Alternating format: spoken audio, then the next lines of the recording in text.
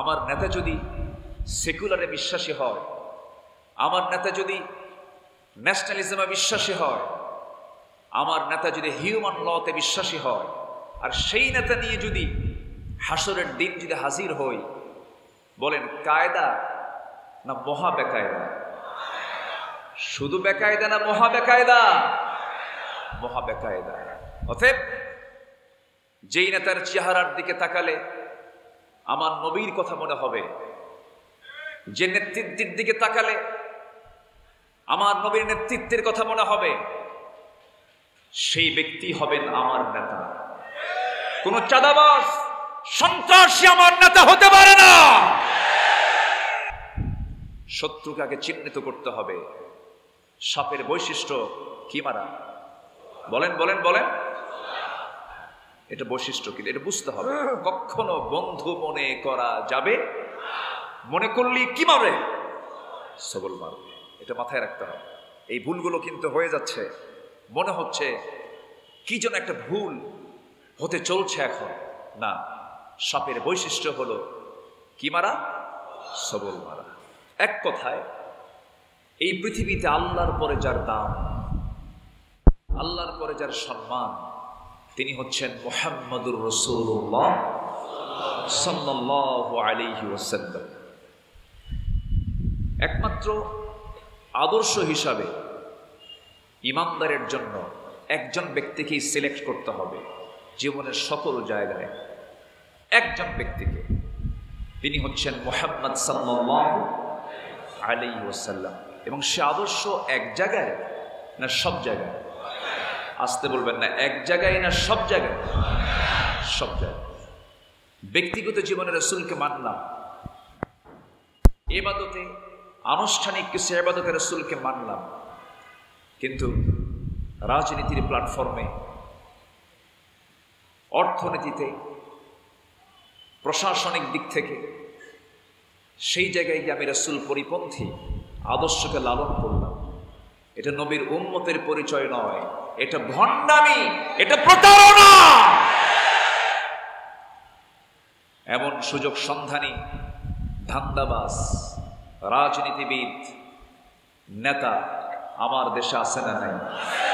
আসতে বলবেন না, আছে না নাই? আমার রাসূলকে অনেকে নেতা বলতে লজ্জা পান। ক্বালা ইন্নী জাইলুকা লিন-নাসি ইমামা। সকল নবীরাই নেতা, আল্লাহু আকবার বলেন। কিন্তু নেতা শব্দটা দুর্গন্ধ বানিয়ে দিয়েছে প্রচলিত নেতারা। কিন্তু নেতৃত্ব দেওয়ার জন্য দরকার হলো অসৎ ব্যক্তি না সৎ ব্যক্তি? অসৎ না সৎ? কিন্তু নেতৃত্ব আজকে চলে গেছে সতে না অসৎ নেতৃত্বে? অসৎদের হাতে এই নেতৃত্ব আজকে চলে যাওয়ার কারণে এই নেতা শব্দটার ভিতরে একটা গন্ধ পাওয়া যায়। আমরা এই দুর্গন্ধকে দূর করতে চাই সৎ নেতৃত্ব প্রতিষ্ঠার মধ্য দিয়ে। এবং আমাদের চেতনা থাকবে একটা, আমাদের মূল লিডার একজন, মূল নেতা একজন, তিনি হচ্ছেন মুহাম্মদুর রাসূলুল্লাহ।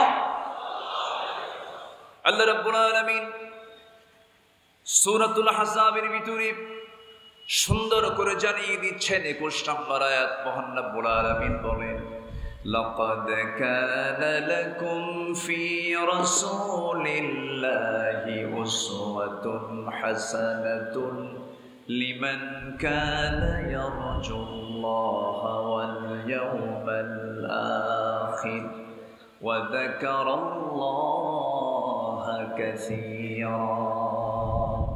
জোরে বলুন আল্লাহু আকবার। তোমাদের জন্য উত্তম আদর্শের বাস্তব নমুনা উসওয়ায়ে হাসানা করে একজনকে দিয়েছি। তিনি হচ্ছেন কেউ নন, তিনি হচ্ছেন আমার নবী, আপনার নবী, নবীকুল শিরোমণি মুহাম্মদ সাল্লাল্লাহু আলাইহি ওয়াসাল্লাম। এই জায়গায় কাউকে ভাগ বসানো যাবে না। আমার প্রেরণা, আমার নেতৃত্বের জন্য আমি যাকে চুজ করব একজনই হবেন, যার চারিত্রিক সনদ কে দিয়েছেন? আল্লাহ দিয়েছেন। সম্মানিত ভাইয়েরা, সম্মানিত বন্ধুগণ, আমি সূরাতুল আহজাবের এই আয়াতটা তেলাওয়াতের মধ্য দিয়ে সেখান থেকে কিছু কথা বলতে চাচ্ছি, এবং সাথে আমি যে পয়েন্টে কথা বলতে চাই, রাসূল সাল্লাল্লাহু আলাইহি সাল্লাম এর আদর্শে আখিরাতের পথ ও পাথেয়, এই বিষয়ে আমি কিছু কথা বলতে চাচ্ছি। 10টি পয়েন্টে যতটুকু পারা যায় অল্প সময়ের ভিতরে আল্লাহ তাআলা যেন আমার মুখ থেকে সেই কথাগুলো বের করে দেন যে কথাগুলো মুসলিম উম্মার জন্য এই মুহূর্তে দারুণ প্রয়োজন। জোরে বলি আল্লাহুম্মা আমিন। আরো জোরে আল্লাহুম্মা আমিন। সম্মানিত ভাইয়েরা, আমরা যদিও ভাবছি আমরা নিরাপদে আছি, 55,000-56,000 বর্গ মাইলের এই সোনার বাংলা, আমরা এক বছর যে চিত্র দেখতে পাচ্ছি, হয়তো মনে হচ্ছে আমরা নিরাপদে আছি, এর মাঝেও ওই বাম রামেরা কিন্তু বসে নাই। তাদের মিথ্যাচারিতা, তাদের ষড়যন্ত্র, তাদের কটু চক্রান্ত তারা কিন্তু চালিয়ে যাচ্ছে। আজকে দেখতে পেলাম ভিকেরুন্নিসায় 22 জন ছাত্রীকে হেজাব পরাকে অপরাধ মনে করে বের করে দেওয়া হয়েছে। হবিগঞ্জের 3 পুলিশ দাড়ি রাখার কারণে এটাকে অপরাধ সাব্যস্ত করে তাদেরকে দাড়ি কাটতে বাধ্য করার জন্য চাপ দেওয়া হচ্ছে। একটি নিউজ আজকে দেখতে পেলাম। সম্মানিত ভাইয়েরা, দাড়ি রাসূলুল্লাহর এই জন্মের মাসে আমরা সবাই জানি দাড়ির ব্যাপারে সমস্ত উলামা একমত, দাড়ি রাখা ওয়াজিব। দাড়ি রাখা কি বলেন? কাটা ছাটা হারাম। শুধু এটা আমার রাসূল সাল্লাল্লাহু আলাইহি ওয়াসাল্লামের সুন্নাত নয়, সুন্নাতুল আম্বিয়া, সকল নবীর সুন্নাত এটা। সেই দাড়ি রাখার জন্য ব্যক্তি থেকে পারমিশন লাগবে। গোটা পৃথিবীর দ্বিতীয় বৃহত্তম মুসলিম জনপদ বাংলাদেশে এমন আইন থাকবে, এমন আইনকে আমরা মানি না। সম্মানিত ভাইয়েরা, সম্মানিত বন্ধুগণ, হিজাবের ব্যাপারে, পর্দার ব্যাপারে আল্লাহর হুকুম হলো এটা সুন্নাহ না ফরজ? বলেন সুন্নাহ না ফরজ? ফরজ। যে কর্তৃপক্ষ এই 22 জন শিক্ষার্থীর হেজাব পরাকে অপরাধ সাব্যস্ত করে প্রতিষ্ঠান থেকে বের করে দিয়েছে, ওদের চূড়ান্ত দৃষ্টান্তমূলক শাস্তি নিশ্চিত করার সময়ের দাবি। সম্মানিত হাজিরিন, এরকম বাতিল শক্তিরা বিভিন্ন দিক থেকে নানা ষড়যন্ত্র চালিয়ে যাচ্ছে। আমাদের সতর্ক থাকার দরকার আছে না নাই? আমাদের কাজ আছে, আমাদের ডিউটি আছে।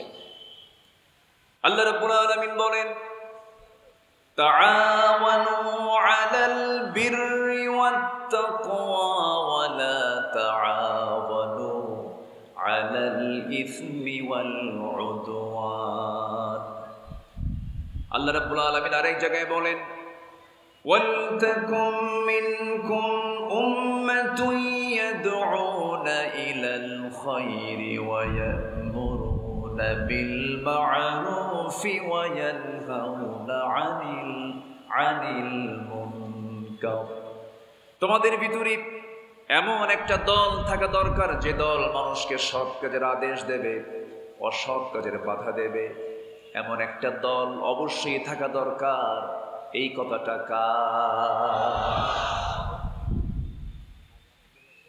দল 2 প্রকার, 2টা দল। একটা হচ্ছে কার দল? আরো জোরে বলেন, কার দল? আরেকটা দল কার? আমার দেশে দল কয়টা? বলেন, আমাদের দল কি দুইটা? কত নাম, আরো নিবন্ধন চাচ্ছে, নতুন নতুন আরো আসতেছে। কুল্লু হিজবিম বিমা লাদাইহিম ফারিহুন। সবাই নিজের ব্যাপারে আনন্দিত যে আমারটাই ভালো, আমি ওর চাইতে ভালো আছি। সম্মানিত ভাইয়েরা, দল একটাই, সেই দলটার নাম কি বলুন? হিজবুল্লাহ। কার দল? কার দল? কার দল? আল্লাহর দল। আমরা কোন ব্যক্তির দলকে বিশ্বাস করব না, এমন নেতাকে নেতা মানব না যে নেতাকে মানতে গিয়ে হাসরের দিন বেকায়দায় পড়ে যাব। ইয়াউমা নাদউ কুল্লা উনাসিম বিইমামিহিম, সেদিন ইয়াউমা নাদউ, সেই হাসরের দিন প্রত্যেক ব্যক্তিকে ডাকা হবে তার নেতা সহ। অতএব আমার নেতা যদি সেকুলারে বিশ্বাসী হয়, আমার নেতা যদি ন্যাশনালিজমে বিশ্বাসী হয়, আমার নেতা যদি হিউম্যান লতে বিশ্বাসী হয়, আর সেই নেতা নিয়ে যদি হাসরের দিন যদি হাজির হই, বলেন কায়দা না মহা বেকায়দা? শুধু বেকায়দা না মহা বেকায়দা? মহা বেকায়দা। অতএব যেই নেতার চেহারার দিকে তাকালে আমার নবীর কথা মনে হবে, যে নেতৃত্বের দিকে তাকালে আমার নবীর নেতৃত্বের কথা মনে হবে, সেই ব্যক্তি হবেন আমার নেতা। কোন চাঁদাবাজ সন্ত্রাসী আমার নেতা হতে পারে না।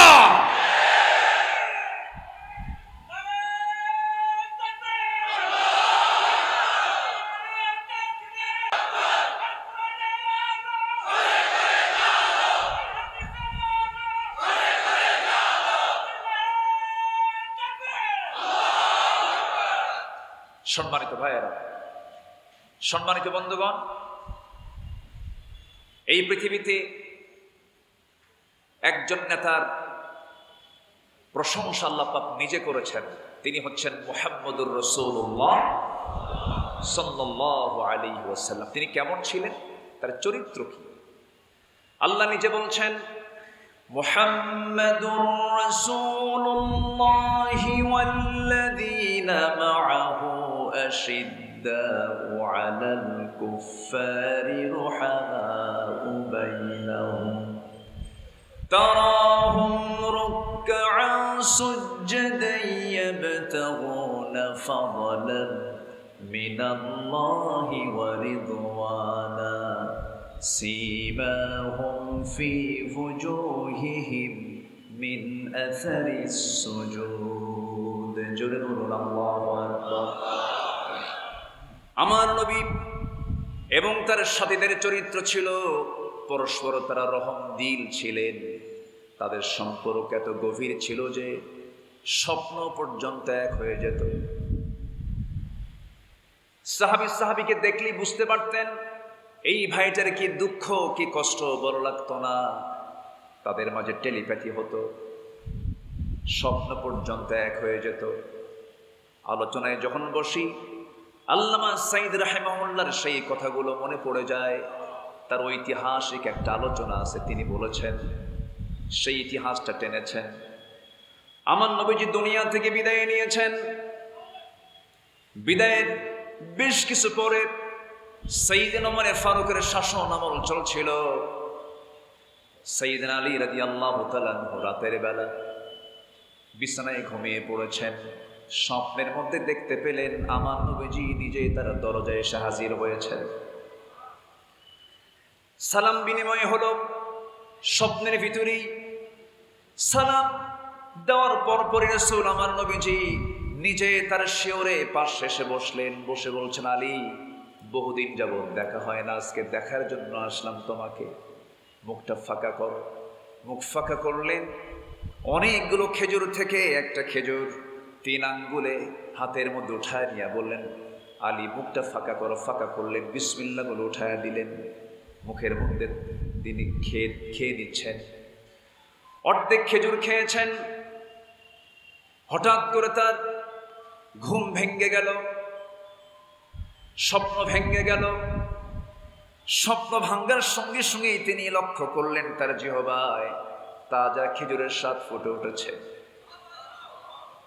কারণ কোন বান্দা যখন স্বপ্নের ভিতরে রাসূলকে দেখতে পায়, এই স্বপ্ন কখনো মিথ্যা হতে পারে না। কারণ যে রাসূলকে দেখবে স্বপ্নে, সে সত্যি সত্যি 100% রাসূলকে দেখতে পায়।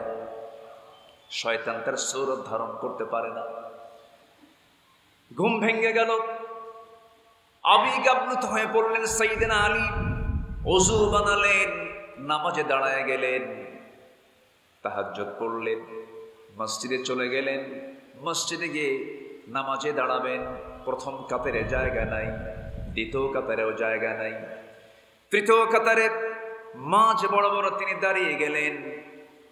নামাজ পড়াচ্ছেন তিনি, শাসক যিনি, দেশের যিনি প্রধান, তিনি নামাজের ইমামতির দায়িত্ব পালন করছেন। এমন চিত্র বাংলাদেশ আসুক, এমনটাকে চান? সবাইকে চান? আল্লাহ কবুল করুন, জোরে বলি আমিন। সাইয়েদনা ওমর ফারুক রাদিয়াল্লাহু তাআলা আনহু নামাজে দাঁড়িয়ে গেছেন, নামাজ শুরু হয়ে গেছে, সালাম ফিরেছেন। আল আযকারু বা'দাস সালাহ, নামাজের পরে কিছু জিকির আজগার থাকে, সেই দিন তিনি এটাকে শর্ট করলেন। সাইয়েদনা ওমর ফারুক রাদিয়াল্লাহু আনহু আস্তে করে দাঁড়ায় গেলেন, কিছু খেজুর হাদিয়া নিয়ে আসছে একজন, টোপলাটা কাউকে না দিয়ে তিনি নিজের হাতে নিলেন। প্রথম কাতারে সবার হাতে হাতে 2টা 3টা করে খেজুর দিলেন, দ্বিতীয় কাতারেও তাই করলেন, তৃতীয় কাতারে সবার হাতে 2টা 3টা করে খেজুর দিয়ে যাচ্ছেন। কিন্তু সাইয়েদনা আলীর সামনে যখন এসে দাঁড়ালেন, অনেকগুলো খেজুর থেকে একটা খেজুর 3টা আঙ্গুলে তুলে নিয়ে বলছেন, আলী মুখটা ফাঁকা করো, মুখটা ফাঁকা করো।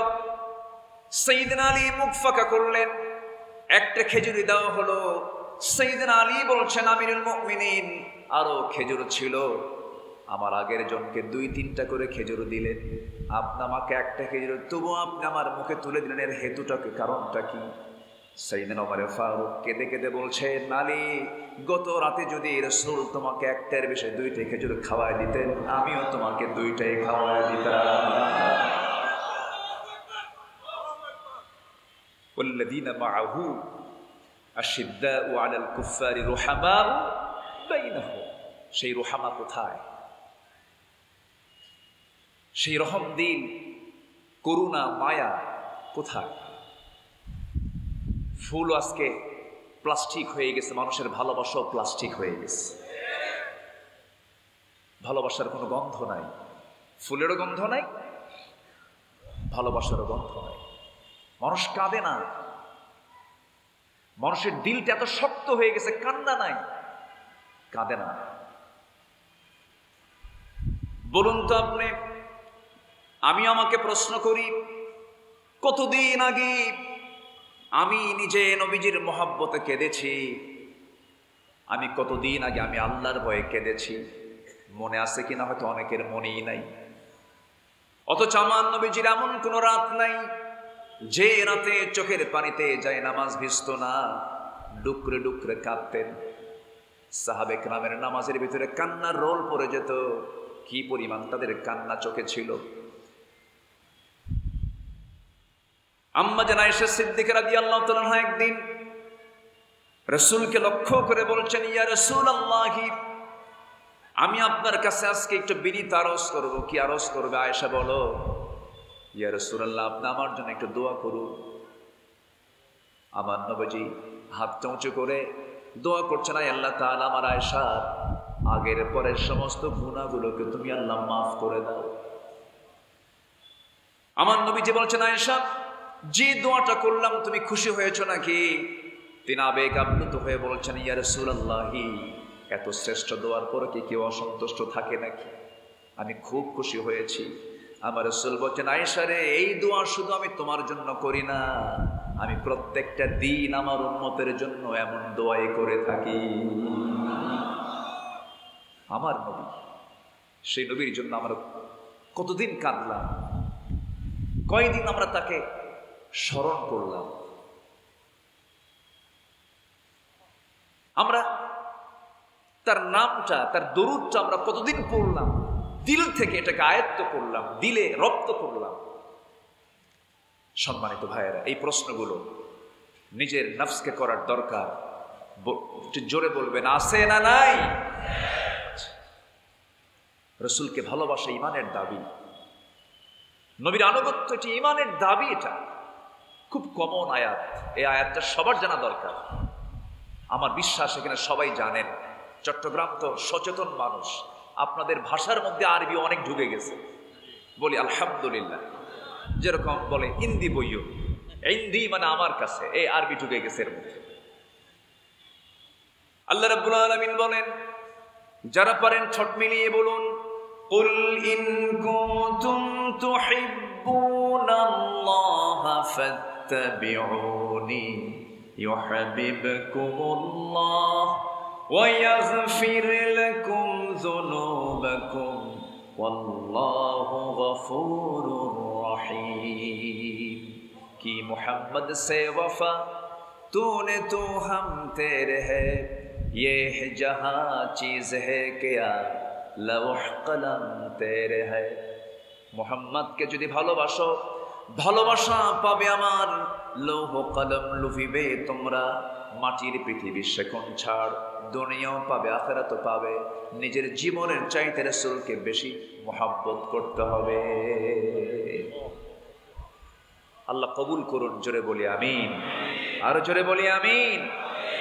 রাসূল সাল্লাল্লাহু আলাইহি সাল্লামের আদর্শে আখিরাতের পথ ও পাথেয়। এর এক নম্বর বিষয় হচ্ছে, এক নম্বর পয়েন্ট হচ্ছে তাওহীদের পথে দৃঢ়তা এবং একনিষ্ঠতা। কোন ক্রমেই নিজকে কুফরিতে, শিরকের দিকে ধাবিত করা যাবে না, বেদাতের দিকে ধাবিত করা যাবে না, জুলমের দিকে নিজেকে জড়ানো যাবে না।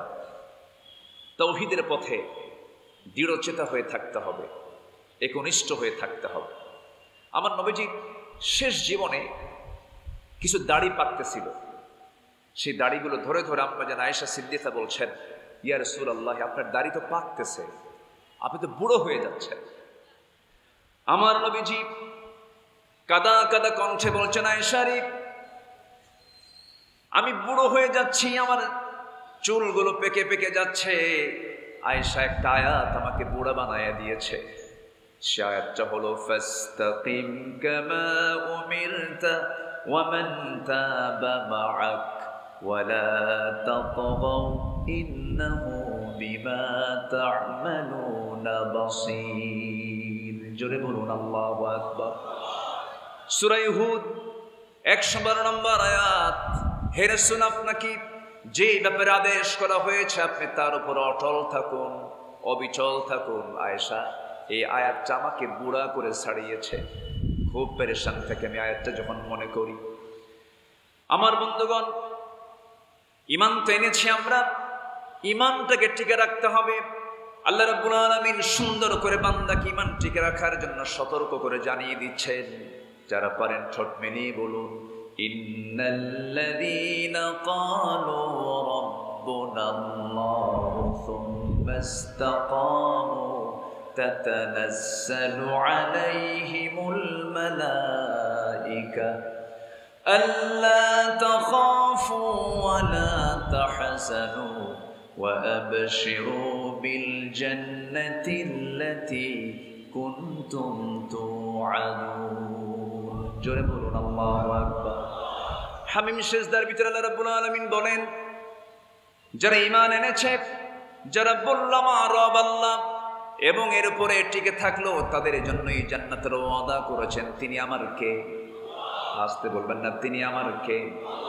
এই জন্য ঈমান এনেছি, ঈমানের পথে আমরা টিকে থাকবো। আল্লাহ রাব্বুল আলামিন বলেন, ألم تر كيف ضرب الله مثلا كلمة طيبة كشجرة طيبة أصلها ثابت وفرعها في السماء। কালিমা তাইয়্যিবা হলো মজবুত একটা বৃক্ষের সঙ্গে আল্লাহ পাক তুলনা করেছেন। খেজুর গাছ হাজারো ঝড় হাজারো সাইক্লোনে যেমন খেজুর গাছ এক পায়ে দাঁড়িয়ে থাকে, কারণ তার শেকড়টা খুব গভীরে গভীরে। আল্লাহ রাব্বুল আলামিন খেজুর গাছটার শেকড়টা অনেক গভীরে রেখেছেন, ডালপালগুলো অনেক মজবুত করে দিয়েছেন। অন্যান্য ডালপালগুলো, অন্যান্য গাছগুলো ঝরে যায়, উপড়ে যায়, খেজুর গাছ এক পায়ে দাঁড়িয়ে থাকে। ইমানদার যতই ঝড় ঝাপটা আসুক না কেন, কালিমার পতাকা নিয়ে শক্ত মজবুত অবস্থান নিয়ে, ইমানি চেতনায় সে শক্ত মজবুতি নিয়ে কালিমার পথে, হকের পথে টিকে থাকবে। বাতিলের কাছে মাথা নত ইমানদার কখনো করতে পারে না। আমরা সবাই ইতিহাস কম বেশি জানি। আমার নবীজির জীবনে 3.5 বছর বড় কষ্টের ছিল। মক্কে জিন্দেগির ঘটনা। সাইয়েদনা আমির হামজা রাদিয়াল্লাহু আনহু যখন ইসলাম কবুল করলেন, আবু জেহেলদের মাথা খারাপ হয়ে গেল। আবু জেহেল এসে বলল, আবু তালেব, তোমার ভাতিজাকে আমার হাতে তুলে দাও, এত বড় অপরাধ করে যাচ্ছে, তুমি কিছুই বলো না।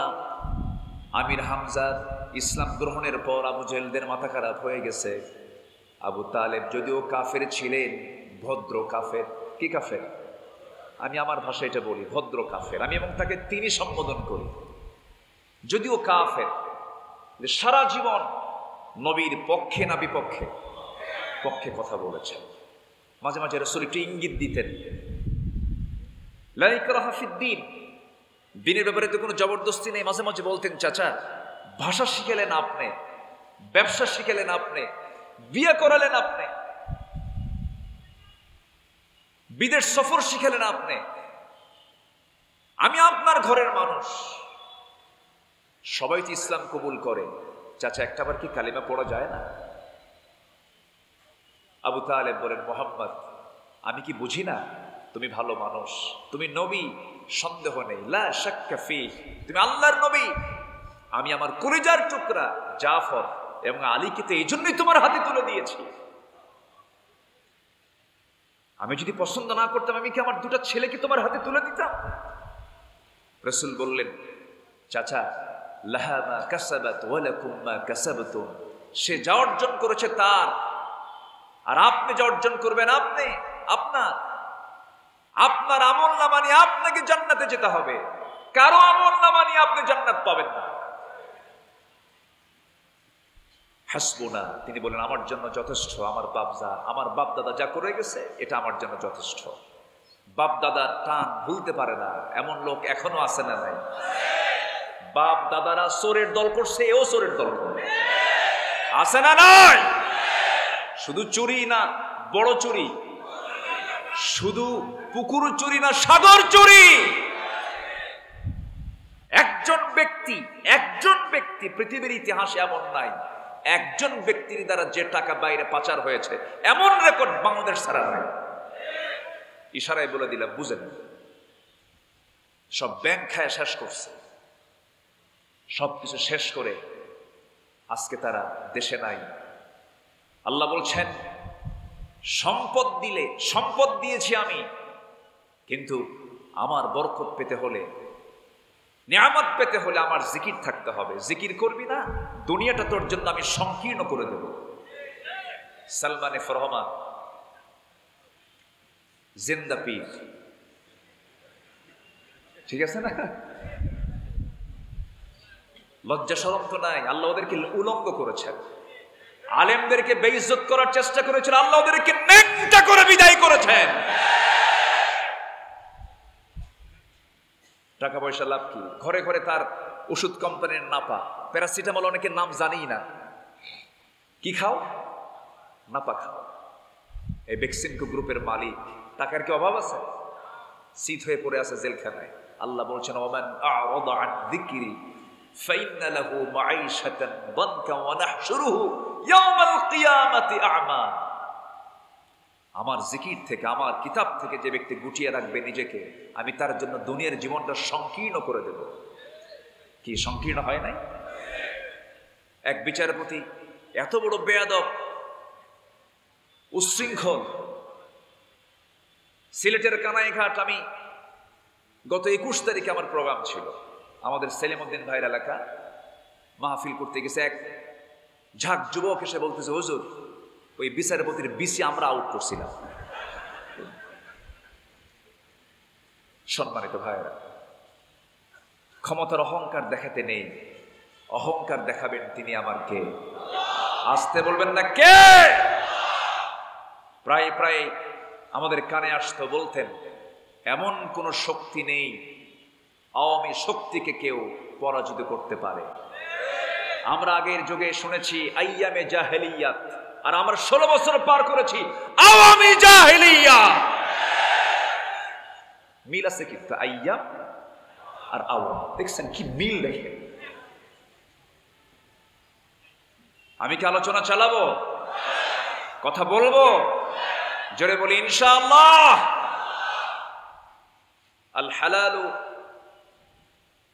আল হালালু বাইয়িন ওয়াল হারামু বাইয়িন।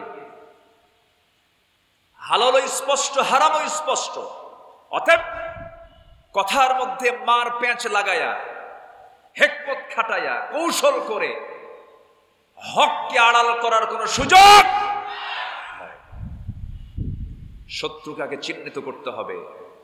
সাপের বৈশিষ্ট্য কি মারা? বলেন বলেন বলেন, এটা বৈশিষ্ট্য কি এটা বুঝতে হবে। কখনো বন্ধু মনে করা যাবে, মনে করলি কি মারবে? সবল মারবে। এটা মাথায় রাখতে হবে। এই ভুলগুলো কিন্তু হয়ে যাচ্ছে, মনে হচ্ছে কি যেন একটা ভুল হতে চলছে এখন। না, সাপের বৈশিষ্ট্য হলো কি মারা? সবল মারা। আমরা সতর্ক থাকবো, জোরে বলি ইনশাআল্লাহ। সম্মানিত ভাইরা, আবু জেহেল বলে ফেলল, আবু তালেব কি করা যায়, কি করবা বলো? আমরা বয়কটের সিদ্ধান্ত নিয়েছি। নাও, দল তোমার করতে পারি, কিন্তু মুহাম্মাদের বিরুদ্ধে আমি আবু তালেব অবস্থানে যাব না, আমি তার পক্ষে আছি। শিব আবু তালিব 3.5 বছর সেই বয়কটে থাকলেন। সাহাবে কেরাম তারা কি ভালো ছিলেন? দুর্বল হয়ে গেছেন, ক্ষীণকায় হয়ে গেছেন।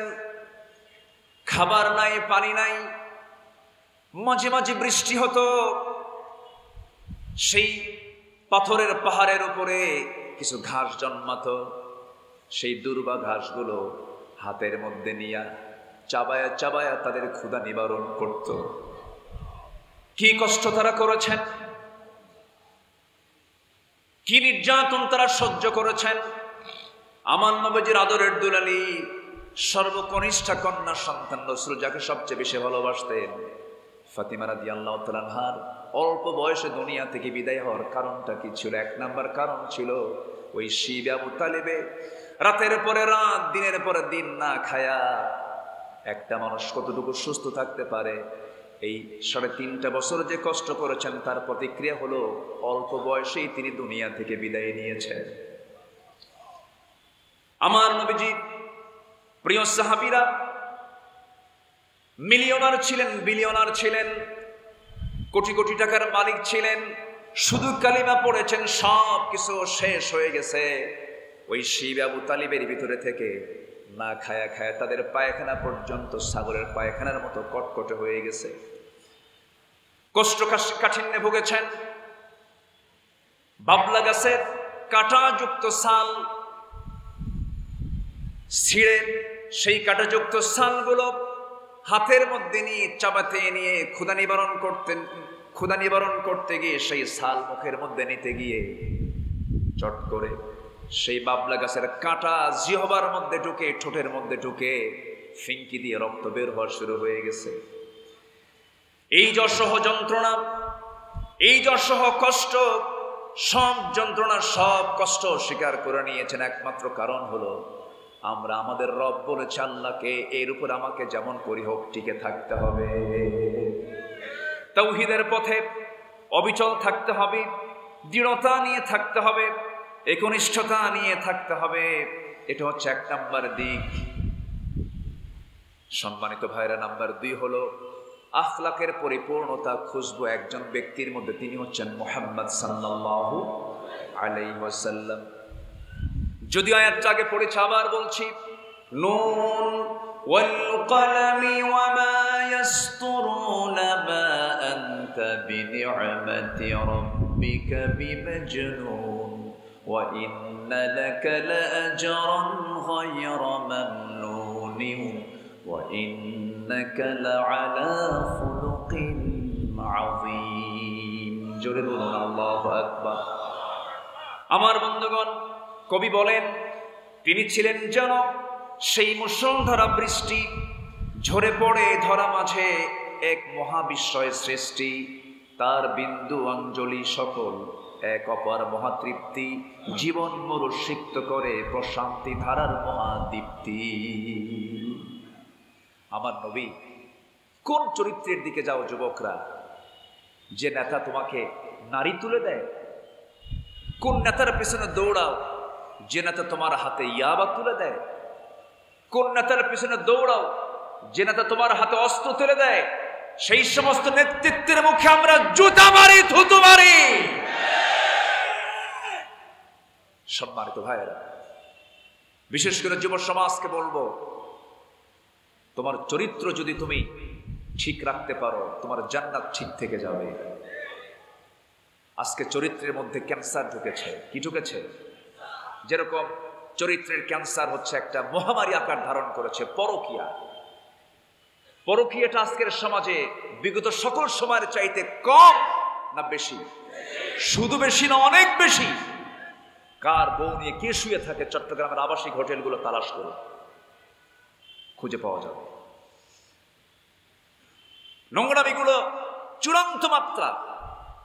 এর মূল কারণ হচ্ছে একটাই, রসুলের চারিত্রিক চর্চাটা নাই, সৎ নেতৃত্বের চরম সংকট।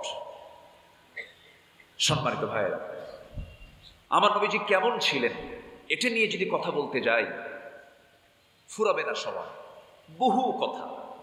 শামাইলে তিরমিজির ভিতর একটা লম্বা হাদিস এসেছে, কানা রাসূলুল্লাহ সাল্লাল্লাহু আলাইহি ওয়াসাল্লাম দাইমাল বিশরি সাহালাল খুলুকি লাইনাল জালিব লাইসা বিফাদ্দিন ওয়ালা গলিযিন ওয়ালা সাখাবিন ওয়ালা ফাহাশিন ওয়ালা আইয়াবিন ওয়ালা মুশাহিন يتغافل عما لا يشتهي ولا يؤيس منه راحيه ولا يخيب فيه قد ترك نفسه من ثلاث المراء والإكثار وما لا يعنيه আমার নবীজি ঝগড়া বিবাদ করতেন না, অহংকার করতেন না।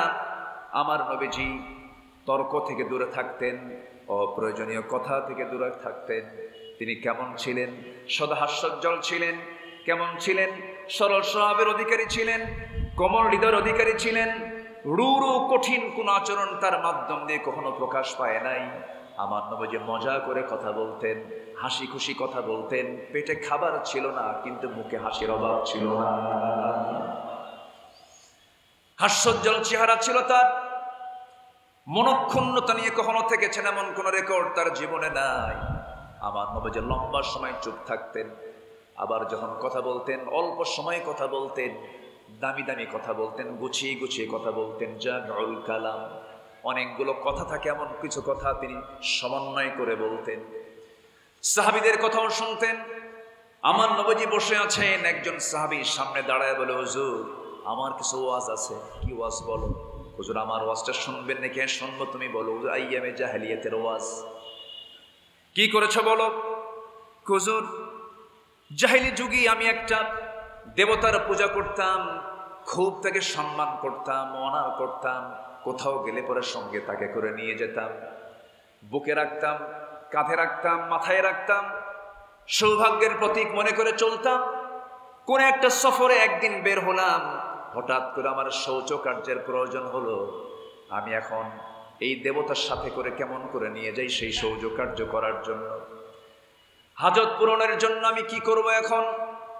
ইয়া রাসূলুল্লাহ, ওই দেবতাকে, ওই মূর্তিটাকে উঁচু একটা টিলার উপরে সুন্দর করে সম্মানজনক ভাবে রেখে দিয়ে আমি আড়ালে চলে গেলাম।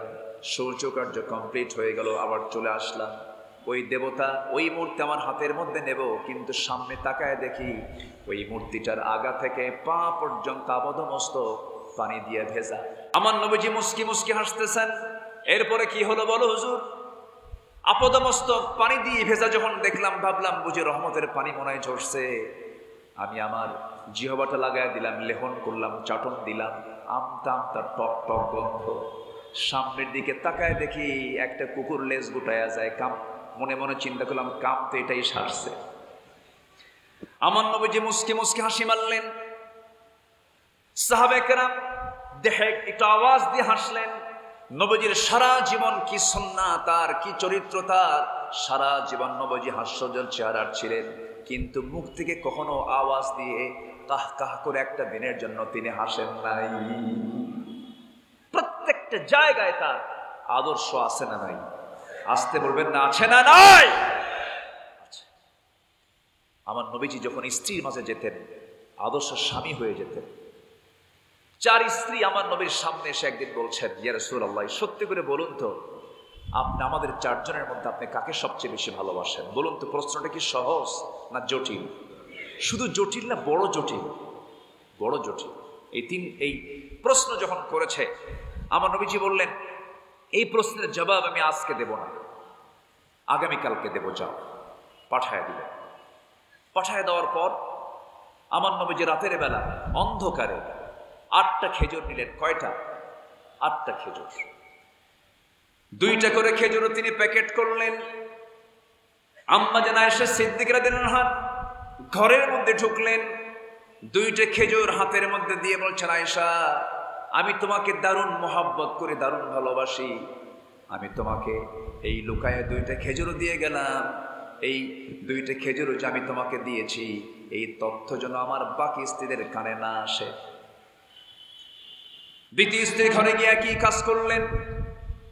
তৃতীয় স্ত্রীর ঘরে গিয়ে 2টা খেজুর দিয়ে কি কথা বললেন? চতুর্থ স্ত্রীর ঘরে গিয়ে কি কথা বললেন? আবার তিনি ফেরত চলে এলেন। পরের দিন সকালবেলা বুক ভর আশা নিয়ে 4 জন নবীর সামনে হাজির হয়ে বলছেন, ইয়া রাসূলুল্লাহ, আপনি জানাতে চেয়েছেন আপনি সবচেয়ে বেশি কাকে বেশি ভালোবাসেন। আমার নবীজি মুস্কি হাসি মেরে বললেন, গত রাত্রিতে আমি যাকে লুকায়ে 2টা খেজুর দিয়ে আসছি, আমি তারই বেশি ভালোবাসি। যা, সুবহানাল্লাহ বলুন। কি ব্যক্তিত্ব আল্লাহ পাক তাকে দান করেছিলেন, জোরে বলে সুবহানাল্লাহ। শাখসিয়ত, একটা ইমানদারের জীবনের সবচাইতে বড় গুণগত দিক হলো পার্সোনালিটি, ব্যক্তিত্ব সম্পূর্ণ হওয়া। ব্যক্তিত্বহীন কখনো ইমানদারের গুণ হতে পারে না। দামি দামি কথা তারা বলবেন। আমি খুচরা কিছু কথা বলছি, কষ্ট পাচ্ছেন না তো কেউ? আমি অল্প সময়ের মধ্যে শেষ করে দেব ইনশাআল্লাহ। সম্মানিত ভাইরা, রাসূলুল্লাহর আদর্শে আখিরাতের পথ ও পাথেয় এর 3 নম্বর হলো তাওবাহ ও ইস্তেগফার। তাওবা ইস্তেগফার প্রত্যেক বান্দার জীবনে নিয়মিত থাকার দরকার আছে না নাই? আসতে বলবেন না, আছে না নাই? আল্লাহ রাব্বুল আলামিন বলেন, তুবু ইলাল্লাহি জামিআন আইয়ুহাল মুমিনুনা লাআল্লাকুম তুফলিহুন। জোরে বলুন আল্লাহু আকবার। সবাই মিলে তোমরা আল্লাহর কাছে তওবা করো, হে ঈমানদারেরা, আশা করা যায় রহমত পেয়ে যাবে, সফল হয়ে যাবে। আমার নবীজি বলেন, ইয়া আইয়ুহান নাস তুবু ইলাল্লাহ ওয়াস্তাগফিরু ফাইন্নী আতুবু ফিল ইয়াউমি মিআতা মাররা। হে মানব সকল, আল্লাহর কাছে তওবা করো, মাফ চাও, কারণ আমি রাসূল সারা দিনে 100 বারেরও বেশি বার তওবা করি। জোরে বলি সুবহানাল্লাহ। আমার নবীজির কোনো গুনাহ ছিল? আসতে বলে। সম্মানিত ভাইয়েরা, তাহলে তওবা ইস্তেগফার এটা যদি বান্দার মধ্যে থাকে, আল্লাহ পাক সেই বান্দার উপরে বেজার না খুশি? শুধু খুশি না মহা খুশি? মহা খুশি। যদি আপনি আল্লাহর কাছে মাফ চান, আল্লাহ বেশি খুশি হন। গুনাহ হবে বান্দার, মাফ করবেন কে? লাউ লাম তুযনিবু লাযাহাবাল্লাহু বিকুম ওয়া লাজাআ বিকওমিন হাত্তা ইউযনিবুন। ও বান্দা, তুমি যদি গুনাহ না করো, এই দুনিয়া থেকে তোমাদেরকে মিটায়া দিয়া বের করে দিয়া এমন কিছু বান্দা দুনিয়াতে পাঠাবো যারা গুনাহ করবে আর চোখের পানি ফেলে ফেলে কাঁদবে, আমার কাছে মাফ চাইবে, তওবা করবে, ইস্তেগফার করবে, আমি তাকে মাফ করে দেব। এজন্য গুনাহ আমার যোগ্যতা, ইচ্ছাকৃত কোনো গুনাহ করা যাবে না। ফেরেশতার দাম বেশি না মানুষের দাম বেশি? কেন? ফেরেশতার গুনাহ করার যোগ্যতা নাই, এজন্য গুনাহ তার দ্বারা হয় না।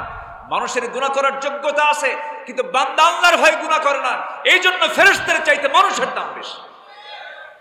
জোরে বলি সুবহানাল্লাহ। সম্মানিত ভাইরা, আল্লাহ রাব্বুল আলামিন বান্দাকে কত বেশি ভালোবাসেন।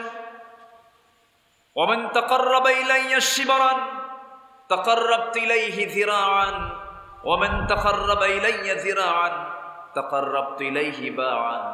যখন কোনো বান্দা আল্লাহর দিকে এক হাত আগায়, আল্লাহ তার দিকে 10 হাত আগান। হেঁটে হেঁটে আসে, আল্লাহ তার দিকে দৌড়ায় দৌড়ায় যান। জোরে বলি সুবহানাল্লাহ। নাম্বার 4, আল্লাহর সামনে দাঁড়ানোর ভয়। আমরা কি দাঁড়াবো না একদিন? কার সামনে? আসতে বলবেন না, কার সামনে? আল্লাহর সামনে। আল্লাহর সামনে দাঁড়াবো একদিন আমরা। আল্লাহর সামনে যে দাঁড়ানোর ভয়, এই ভয়টা যার মধ্যে থাকে, যার মধ্যে এটা লালন হয়, বদ্ধমূল হয়, সে একমাত্র সকল ইবাদতের প্রকৃত স্বাদ মজা পায়। আল্লাহর সামনে দাঁড়ানোর একটা ভয় সার্বক্ষণিক প্রত্যেকটা ইমানদার হৃদয়ে থাকার দরকার আছে না নাই?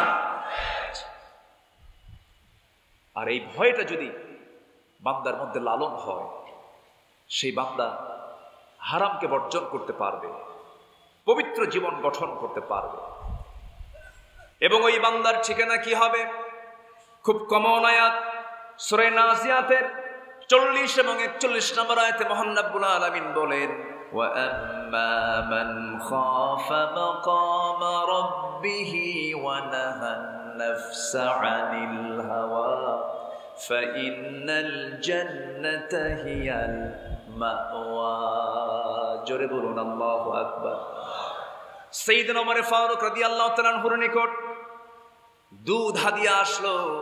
এক গরিব একজন সাহাবী এসে বলছেন, আমিরুল মুমিনিন, আমি আপনার জন্য দুধটাকে সুন্দর করে প্রসেস করে রান্না করে সেমাই বানায় নিয়ে আসছি, আমি আপনাকে খাওয়াতে চাই। রাসূল বললেন, ওমর ফারুক বললেন, ঠিক আছে, আমি খুশি হলাম, দিয়ে যাও। তিনি প্রশ্ন করলেন না কোথা থেকে আসছে, খেয়ে ফেললেন। খাওয়ার পরই তার মনে হলো, এই যে আমাকে দুধের খাবার দিয়ে গেল, দুধটা পাইলো কোথায়? প্রশ্ন করে বলছেন, ও আমার প্রিয় ভাই, এই দুধটা তুমি পাইছো কোথায়? তুমি তো গরিব মানুষ। তিনি বলছেন, বাইতুল মাল থেকে পেয়েছি। আপনার তো খাওয়া জায়েজ, কারণ আমি পেয়েছি, আমার পাওয়ার পর আমি তো মালিক হয়েছি, আমি আপনাকে খাইতে দিছি, আপনার তো দোষ নাই। সাইয়েদনা ওমর ফারুক রাদিয়াল্লাহু তাআলা আনহু সঙ্গে সঙ্গে করলেন কি? আড়ালে চলে গেলেন, মুখের মধ্যে নখ ঢুকালেন, উপর্যুপুরি পানি পান করলেন, ভিতর থেকে সমস্ত সেই খাবারগুলো ফেলে দিয়া বলছেন, আল্লাহ তাআলা, আমার যদি এই মুহূর্তে মৃত্যু হয়ে যায়, তোমার সামনে দাঁড়াবো, তুমি যখন আমাকে প্রশ্ন করবে এই খাবারটা তুমি খাইছো, জিজ্ঞেস করছো নাকি, তোমার ভয়ে খাবার আমি সব ফেলে দিলাম। জোরে কোন সুবহানাল্লাহ। কার ভয়? আসতে বলবেন না, কার ভয়? আল্লাহর ভয়। এটা থাকতে হবে। নাম্বার 5 হচ্ছে আমানতদারিতা।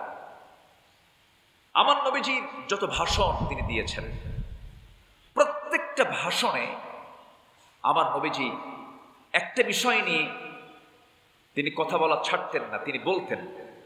আনাস বিন মালিক রাদিয়াল্লাহু আনহু তিনি বলেন যে প্রত্যেকটা খুতবায় তিনি কমই বাদ দিয়েছেন যে বিষয়টা, সেটা হলো আমানতদারিতার ব্যাপারে তিনি কথা কখনো তার আলোচনা থেকে বাদ রাখেন। আল্লাহ রাব্বুল আলামিন আমানতদারিতার ব্যাপারে সুন্দর করে বলছেন। সূরা নিসা 58 নম্বর আয়াতে বলছেন, ইন্নাল্লাহা ইয়া'মুরুকুম আন তু'আদ্দুল আমানাতি ইলা আহলিহা ওয়া ইযা হাকামতুম বাইনান নাসি আন তাহকুমু বিল আদল ইন্নাল্লাহা নি'ম্মা ইয়া'iদুকুম বিহ। জোরে বলুন আল্লাহু আকবার। আল্লাহ পাক আরেক জায়গায় বলেন, ওয়া মান ইয়াখলুল ইয়াতি বিমা গাল্লা ইয়াওমাল কিয়ামাহ সুম্মা তুওয়াফা কুল্লু নাফসিন মা কাসাবাত ওয়া হুম লা ইউযলামুন। জোরে বলুন আল্লাহু আকবার। যে খেয়ানত করবে, কিয়ামতের দিন উপস্থিত হবে, তা নিয়ে যা সে খেয়ানত করেছে অতবার প্রত্যেক ব্যক্তিকে পুরোপুরি দেওয়া হবে যা সে উপার্জন করেছে। তাদের প্রতি চুল পরিমাণ জুলুম করা হবে না। অতএব খেয়ানত যে ব্যক্তি করবে, এটা কি ইমানদারের কোনো গুণ নাকি? গুণ নয়। আমার বন্ধুগণ, আমার ভাইয়েরা, খুব কম সময় খয়বার যুদ্ধের পরে আমার নবীজি সবাইকে বললেন, কেউ গনিমতের মাল না বলে নিতে পারবে না। আমার নবীজি এই কথা বলে তিনি রওনা করলেন। একজন দাস কিছু গনিমতের মাল হাতের মধ্যে নিয়েছেন, এমন সময় শত্রুর পক্ষ থেকে তার দিকে তীর ছোড়া হলো। দুনিয়া থেকে বিদায় নিলেন। সব সাহাবীরা আফসোস করছেন আর বলছেন, আহারে প্রিয় সাহাবীকে আমরা বিদায় জানালাম, কিন্তু বড় ভাগ্যবান, শহীদ হয়ে দুনিয়া থেকে বিদায় হয়ে গেছে। আমার নবীজি বললেন, ও সাহাবীরা, তোমরা যে কথাটা বলছো তোমরা বোঝো নাই। যদি কেউ দুনিয়া থেকে কোন আমানতের খেয়ানত করে দুনিয়া থেকে বিদায় হয়ে যায়, তার অবশ্যই আল্লাহর দরবারে সকল খেয়ানতের ব্যাপারে জবাব দিয়ে তার কাঠগড়ায় দাঁড়িয়ে তার জবাব দিতে হবে। অবশ্যই তাকে শাস্তি পেতে হবে। অর্থাৎ এখান থেকে প্রমাণ হয়ে গেল, খেয়ানতকারী যদি দুনিয়া থেকে শহীদ হয়ে যায়, এমনকি কোনো বান্দা যদি ঋণের মতো এমন একটা কাজ করো যদি দুনিয়া থেকে বিদায় হয়ে যায়, তার শাহাদত ক্যান্সেল হয়ে যাবে সে ঋণগ্রস্ত হওয়ার কারণে। আমার নবী মাঝে মাঝে এমন করতেন, ঋণগ্রস্ত কোনো ব্যক্তি যদি জানাজায় সে যদি মারা যেত, জানাজার মুখোমুখি হলে রাসূল বলতেন, ঋণ আছে, জানাজা পড়াবো না। সম্মানিত ভাইয়েরা, আমানতদারিতা অত্যন্ত গুরুত্বপূর্ণ বিষয়, ওয়াদা গুরুত্বপূর্ণ বিষয়। আল্লাহ সুন্দর করে সূরা মুমিনুনের 7টা গুণের ভিতরে 1-2টা গুণ তুলে ধরেছেন। ওয়াল্লাযীনা হুম লিআমানাতিহিম ওয়া আহদিহিম রাউন। ঈমানদার তো তারাই যারা আমানত ঠিক রাখে, ওয়াদা ঠিক রাখে। জোরে বলি সুবহানাল্লাহ। লা ঈমানা লিমান লা আমানাতা লাহ, লা ঈমানা লিমান লা আহদা লাহ। ঈমান নাই, আমানত নাই যার, ওয়াদা ঠিক নাই, ঈমান নাই তার। সম্মানিত ভাইয়েরা, এই কথাটা রাসূল প্রায় বলতেন। সম্মানিত বন্ধুগণ, সাইয়েদনা ওমর ফারুকের শাসনামলে রাষ্ট্রীয় তহবিলের এক রক্ষক, সেই তহবিলের মধ্যে একটা দিনার, শুধু একটা দিনার পান। সেই দিনারটা কি করবেন? সাইয়েদনা ওমর ফারুকের একটা পুত্র সন্তানকে 1 দিনার দিয়ে দিলেন। ওমর ফারুক দেখেই বললেন, এই আমার পুত্র সন্তান, এটা পাইছো কোথায়? রক্ষক আমারে দিয়ে গেছে। 1 দিনার হাতের মধ্যে নিয়ে ওই তহবিলের যে রক্ষক তাকে ডাক দিয়ে বললেন, তুমি এই দিনারটা পাইছো কোথায়? কে পড়েছিল 1 দিনার মাত্র, এটা আপনার ছেলেকে দিয়েছে। তিনি 1 দিনার রক্ষককে দিয়ে বললেন, এই 1 দিনার ওমরের ছেলে ভক্ষণ করবে, আর তুমি ভাবতেছো ওমর ফারুক কিয়ামতের দিন নাজাত পাবে? অসম্ভব। 1 দিনারও রাষ্ট্রের তহবিল থেকে কোনোদিন ভক্ষণ করা জায়েজ হবে না। কয় দিনার? আসলে কয় দিনার? রাষ্ট্রের সেই সম্পদ আমার দেশ থেকে যে পরিমাণ লোপাট হয়েছে, আমাদের দাবি হলো, রাজনীতি যদি করতে চান সমস্ত অর্থ পাচার করা অর্থ দেশে ফেরত পাঠান।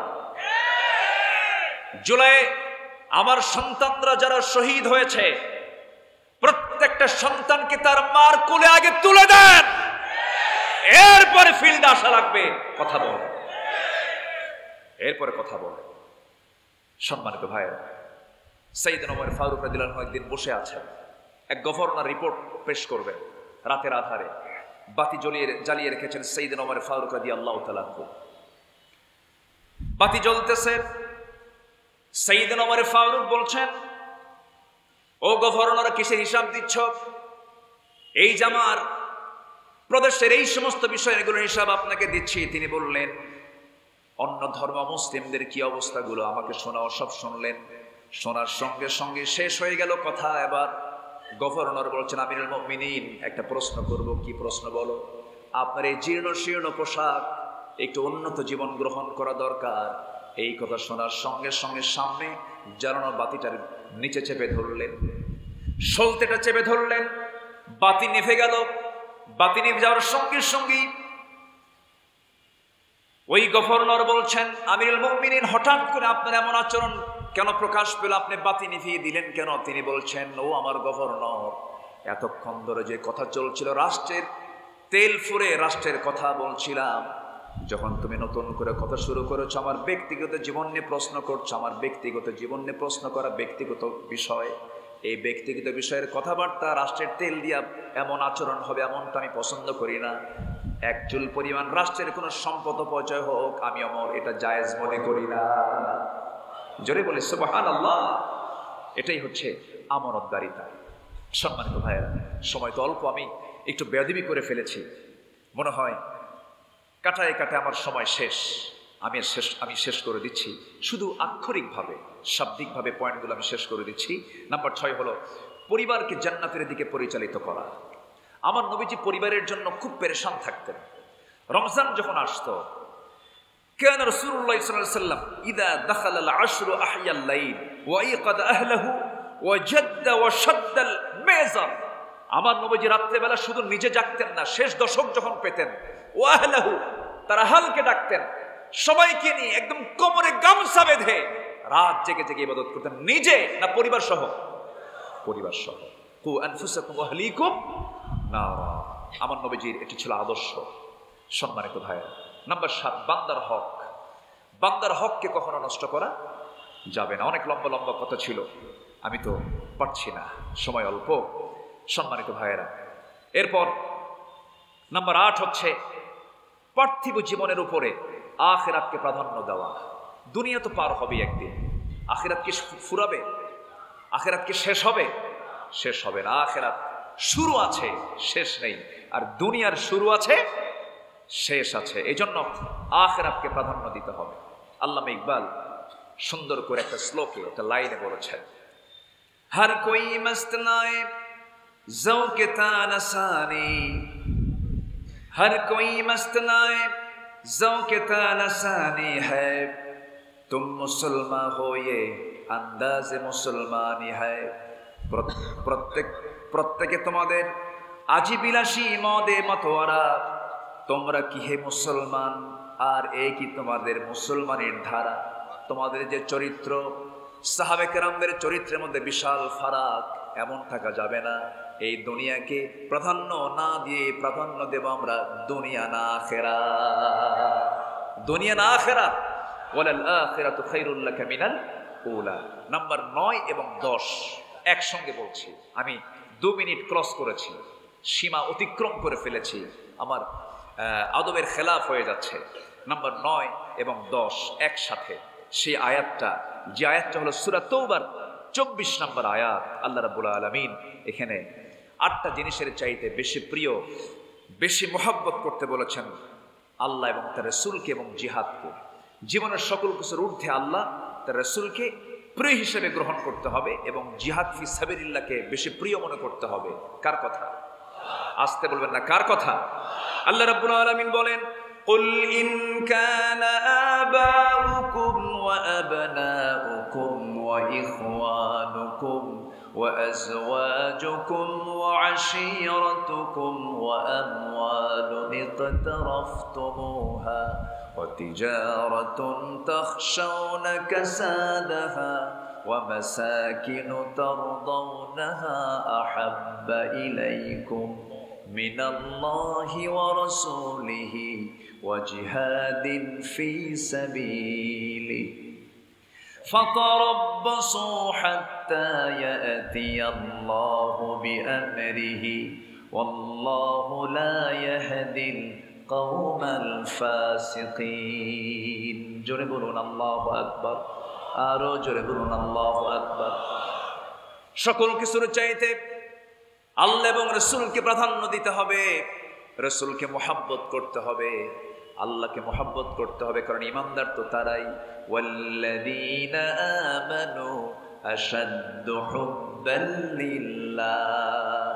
হাবিব বিন যায়েদ রাদিয়াল্লাহু আনহু মুসাইলামাতুল কাযযাবের কাছে গ্রেফতার হয়ে গেলেন।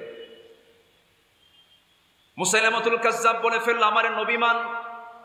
হাবিব বিন যায়েদ বললেন, জীবন যাবে, এমন আনুগত্য করব না, তুই তো ভণ্ড, তুই তো নবী না, তুই তো ভণ্ড।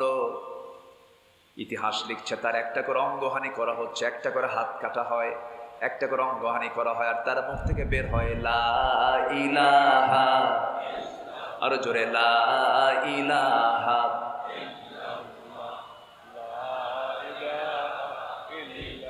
লা ইলাহা ইল্লাল্লাহ মুহাম্মাদুর রাসূলুল্লাহ সাল্লাল্লাহু আলাইহি ওয়াসাল্লাম শাহাদাত বরণ করলেন।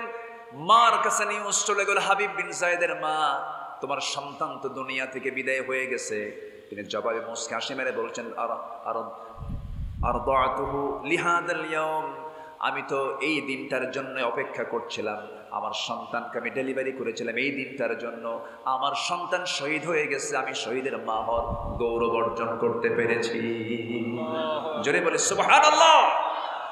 সকল কিছু যেন আমরা আল্লাহর জন্য করতে পারি, নবীর জন্য করতে পারি, সকল কাজ যেন আমাদের আল্লাহ এবং রাসূল কেন্দ্রিক হয়, এই তৌফিক কামনা করছি। আমি আমার ভাঙ্গাচোরা কথা, আমার অগ্রজরা এখানে বসে আছেন, আমি তো অনুজ, আমি অনেক ছোট মানুষ, অনেক ভুল করে ফেলেছি, হয়তো বা অনেক আলোচনায় অনেক ভুলটুল হয়ে গেছে। যতটুকুন বলেছি আল্লাহ যেন আমি সহ সবাইকে আমল করার তৌফিক দান করেন। এবং আমার এখানে অগ্রজরা বসে আছেন, আমার মুরব্বি এজামরা বসে আছেন, তারা কথা বলবেন। আমি আমার এই সংক্ষিপ্তভাবে, আর একটু সময় পেলে ভালো হতো, যতটুকুন বলেছি আল্লাহ যেন আমাদের সবাইকে আমল করার তৌফিক দান করেন। জোরে বলি আল্লাহুম্মা আমিন, আরো জোরে আল্লাহুম্মা আমিন।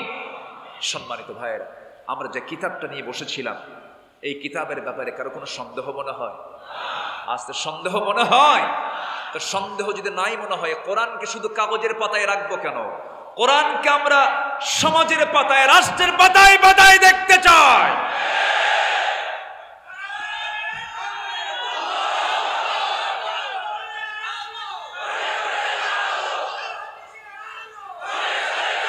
সম্মানিত ভাইয়েরা, সম্মানিত বন্ধুগণ, আমরা শুনেছি মুরব্বীদের কাছ থেকে, আইয়ুব করেছে শাসন, মুজিব দিয়েছে ভাষণ, এরশাদ কি বলে, জিয়া কেটেছেন খাল, এরশাদের তাল বেতাল, সব দেখা শেষ।